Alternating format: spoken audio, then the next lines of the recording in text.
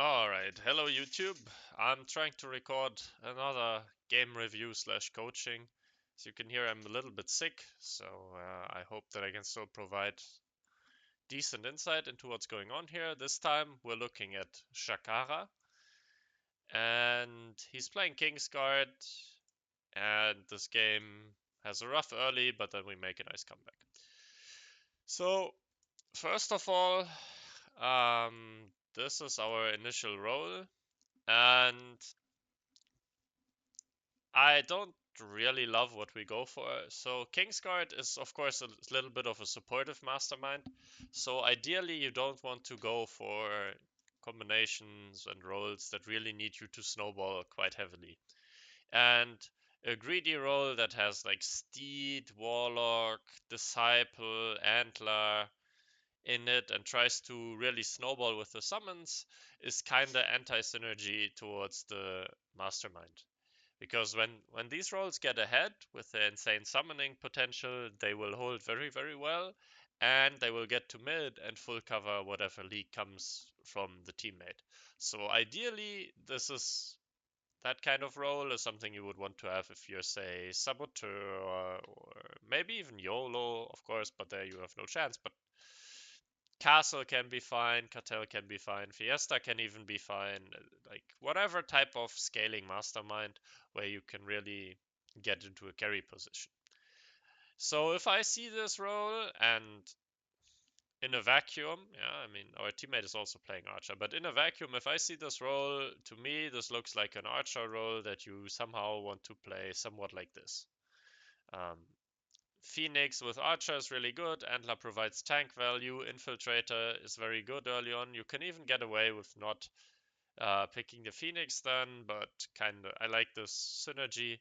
But you could replace this like this, but this gives you a bit weaker early game. You can also replace the Phoenix for, I don't know, whatever unit you prefer. But I think this is probably the strongest pick you have. In game, what we decided to go for was a casket opening with mask. Um, but we picked, I think let me, right, we picked the role like this. And this is, to me, this is much, much, much too greedy because this leaves you super weak on wave 5 and on wave 6. And there's no option you have to be good on these waves. And I don't think, especially with Kingsguard, but in general, I don't think it's a good strategy to pick a role that leaves you weak on 2 consecutive waves. One weak wave you can probably play around, but if you have 2 consecutive weak waves, it's very, very hard to play, and we will see this in game. So what I would suggest is that you replace the Steed by the Infiltrator. Because this Infiltrator gives you at least the chance to do well on 5 and or on 6. And really, what is the Steed doing for us? Sure, it slightly amplifies the Casket, it slightly amplifies the Disciple, it amplifies the Crab Warlock, but we've already established that we're not gonna be giga carrying the game with our Snowball with the Mastermind we picked. So at this point, we gotta be realistic and we gotta really cover our weak waves in the early game much more than having like a power fantasy of what can happen with my insane combo roll. Because we are not Jules and we're not playing Classic, so we don't need to, you know, go too crazy on the combos. Alright, so this is my suggestion what you should have done differently. And now our teammate is starting Archer, so I like starting with something else. If we do double Archer start, it's also kind of rough, so it's totally fine to pick this role if we know teammate is starting Archer. I don't know if you communicated or if this was just by chance. I know you hate Elite Archer Shakara, but it's a decent-ish unit. Anyway, do not pick the Steed. Alright, so now we're looking at our roles, and straight away we have an issue. Both we and our teammate are weak on 5 and on 6. So we really have to do something to protect this weak wave. And in my opinion, the only way, after picking these roles, to play to avoid disaster early game is to go essentially 1 or 0 into 4 to pressure them to send us 4. because it's the only way we will have a chance to not die on wave 5 or wave 6. This is how much we've drafted ourselves into a corner already here. Okay, so we snail on 1, whatever, doesn't really matter if we king up or not. Then we king up on 2, and this is really putting us into some amount of trouble. We push 6 workers, this is fine. We get the false maiden for wave 3. Yeah, I think we have. I mean, we could push 7, but this would not help us at all. We push 7 here, which, in my opinion, is like the enemy sending you on wave 3. And by this point, you have to realize we are weak on 5 and 6. And now your main goal has to be to protect this weak wave. And at this point, the snail gives you another opportunity to do this by just YOLO shifting on 4 and getting a disciple out. Disciple is your only counter to 5 and to 6. So this snail gives you a chance to take a big risk that could essentially save your early game. But you're building the steed, and maybe against the lizard you would have died anyway, I don't know.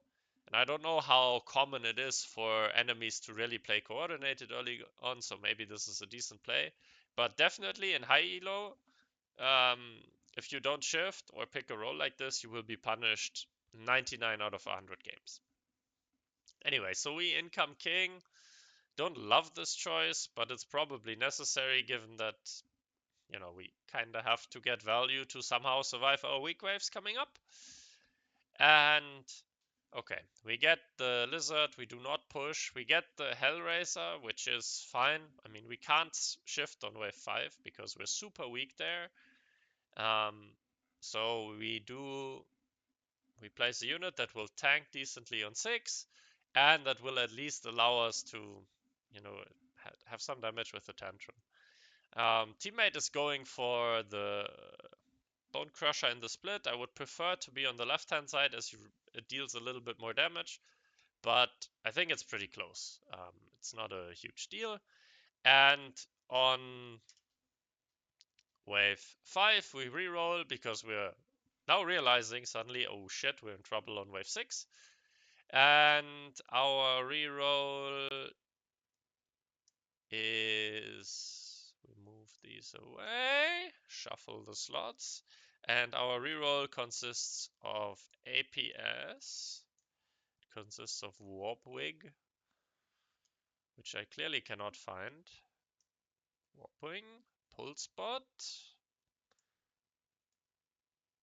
and finally the Mudman. So big shout out to God Forbid for this draft simulator programming thing. Thank you. And this doesn't give us what we're looking for, right? We're looking for, I don't know, whatever answer we'll... Oh yeah, I wish we had this infiltrator. We have Steed for fun. We're looking for a good answer for wave 6 that we can afford, but we don't really get it.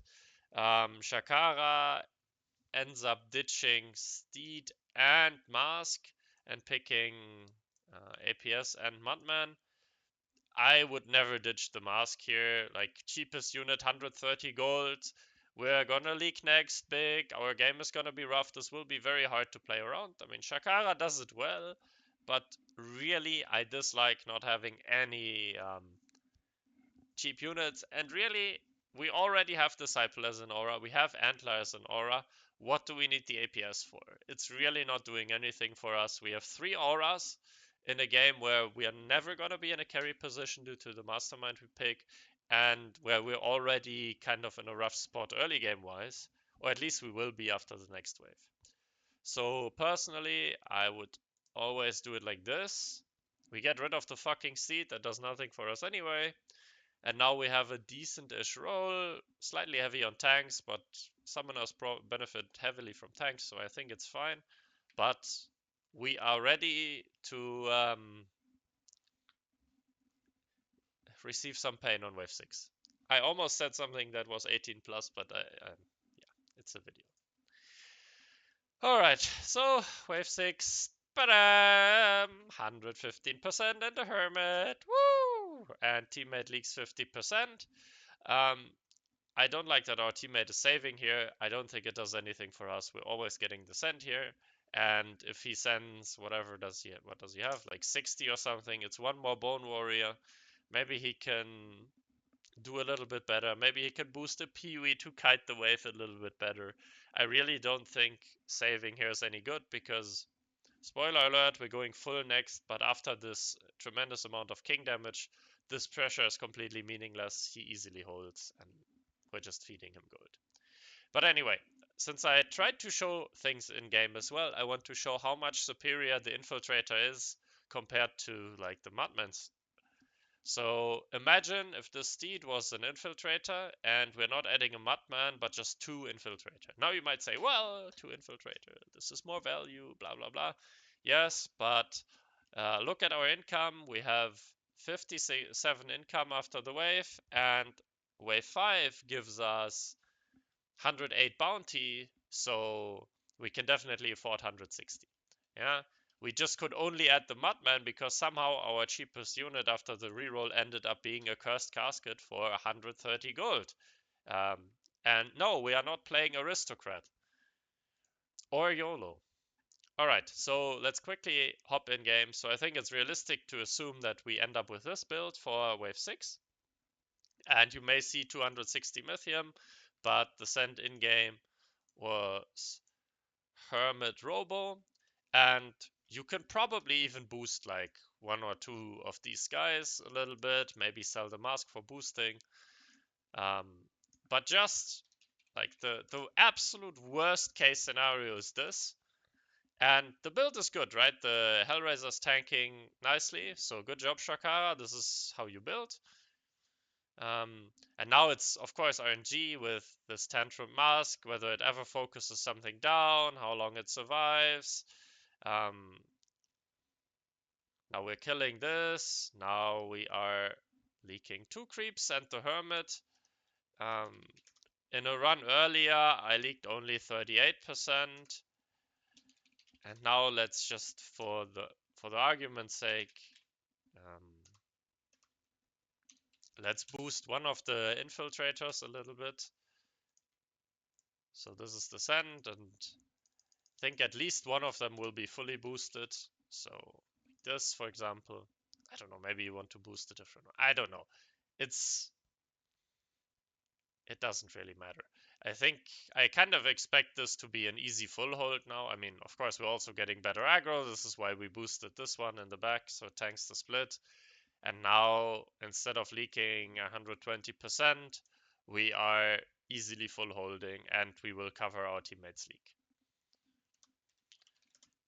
Compared to having this Mudman and this steed that does really nothing for us. And this is one of the examples where essentially with one different choice in our draft, we go from having an early game that is nearly unsolvable for us in terms of unit positioning and sending strategy to something that is quite easy to play, right? Just add the Infiltrator on wave 4, still get the Hellraiser. You're even safer on wave 5 because you will always kill the boss quickly, and then this even deals some damage. And then you're fine on wave 6, and your game just goes very, very smoothly from there. So this was my main point of criticism. Now let's look at the game. How does it continue? Well, we income king here. We need some region on the king, especially with Kingsguard. Enemy income kings us as well. This is correct for them usually. We are not going to leak them, and we are slightly behind in workers, so this income king is good for the enemy in theory, but it gives us a chance to gain back the king HP and then really utilize the Kingsguard later. So I think we're also fine with this trade. We continue here, and now we need to strategize for our mid game. And what we see here is that teal is weak on 12. Yellow, in theory, has Boar for 12 and Elite Archer, but this combination is awful because you don't split the wave and you need to split with the Archer. Zeus is pretty bad on 12, so 12 is a very decent target, especially given that our teammate is strong on 12, and our build with Mudman and Curb Warlocks will be good on 11. So in my opinion, this is a slam dunk PTA pick into send them on 12. Now we both go lone and push quite hard for a wave 12 play. I've seen this play, and I don't think it's better than picking PTA. Maybe some high elo players will disagree. I think this play with lone into full push 12 can be better than PTA, but only if you manage to strategically leak wave 11. Then the long wave and workers might sort of benefit you more than the 75, 80, whatever Mythium PTA currently gives you. But there are no leaks here, and it's also hard for us to really force a leak here, given that, well, this build is a summoner build and our teammate has an elite archer, a trinity archer. If this archer survives, it's always a hold. And if it dies, it's a 90% leak. So we don't really have a good option to, like, baby leak. But anyway, teammate gets income. This is really good for him. So now he can push. Yeah, he pushes like 4 workers into this cannoneer. Absolutely correct. We need to get some king damage on 12 to really get back ahead. And we get them. They both leak. I'm not sure. Did we see the pyros? Well, I don't think Mimic is a good send. It's probably like either Ghost Knight or Bear with something, because you have to expect the pyros. Our send, I really like the Bear. The Hermit is decent as well. Maybe Mole is better. Because hear me out, Mole is really good against the Boar Splash, and it's also really good against the Archer. But maybe, yeah, I guess we didn't have Mole in income, and then it's very weird to decide whether you want to skip the 20 gold you get from sending Hermit pre-income. It's a close decision. I mean, we need gold because we're getting a full send here. So I guess this is fine, but maybe it would have been ever so slightly better to send a Mole. Because we like, even if we leak like 2 creeps more here, our teammate is always holding, right? So we're not super worried about our king. And we really, like, every bit of damage we do to them will be very beneficial. And if he ever ends up holding on yellow with his boars, the game is insta-lost because he can never leak again. Alright, we harden, we build Mudman.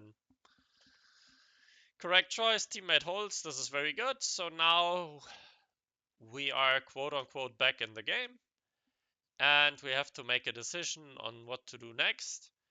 I think usually with these builds, you want to target 15, I guess.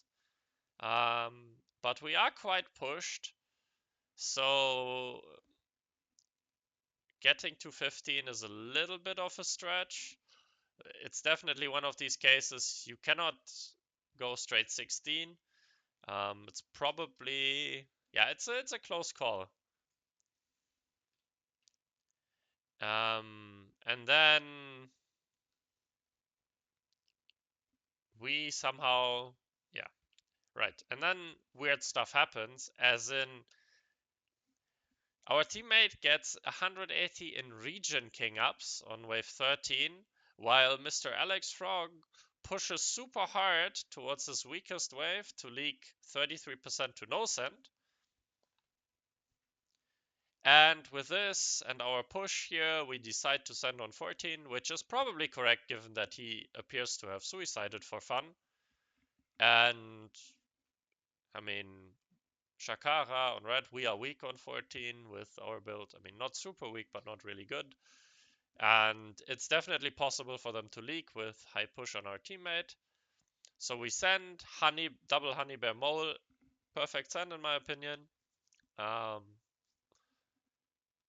Yeah, I mean, you can always argue whether the second honey bear is worth and the hermit is worth more, but I guess they will always be focused with the boar splash. So I think it's good. Teammate sends a Ghost Knight into the Doomsday. The Doomsday is the only good unit, and there's no way for him to really avoid the Doomsday targeting the Ghost Knight because of the high build he has.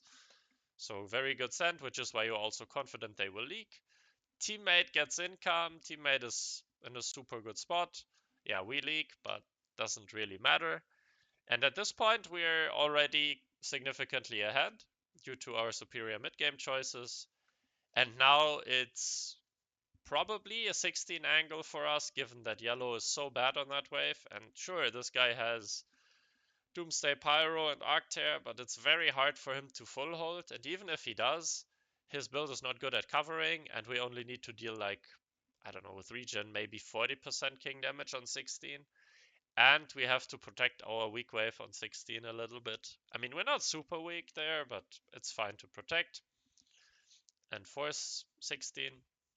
So what we do is we shift some gold here and leak the boss. I like this choice because we really need to have some lithium to leak the teal guy to really force the send. Teammate is also decently strong on 16 with Phoenix, Triple Trinity, and Pennywise on his board. And then we go 16. Again, very good sense. We have Iron Maidens. We finally built our third aura unit, the APS. Very good. Nice. But we end up holding because Iron Maidens are busted on wave 16. We also remove our split, which is good. Teammate baby leaks. Our king with Kingsguard will always tank something here as well. And we leak them and we win the game. So I think really, if I'm looking at your gameplay, Mr. Shakara, and I can give some feedback, I think your like mid-game decision making and strategizing here is usually pretty good. You end up committing for the correct waves usually, and the sends are also very good. I think sometimes in the early game you really draft yourself into a corner with the rolls. They are sometimes too greedy, and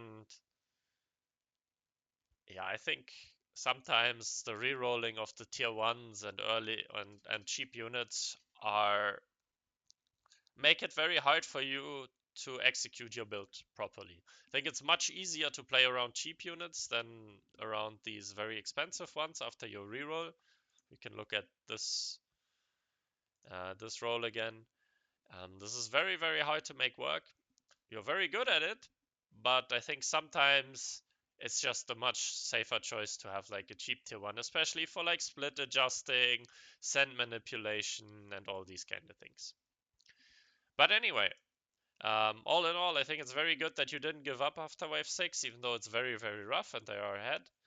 And you made the correct choices with the regen upgrades and stuff. And then you managed to do a very good comeback because they decided to make bad choices, but you really instantly capitalized on them. So well done.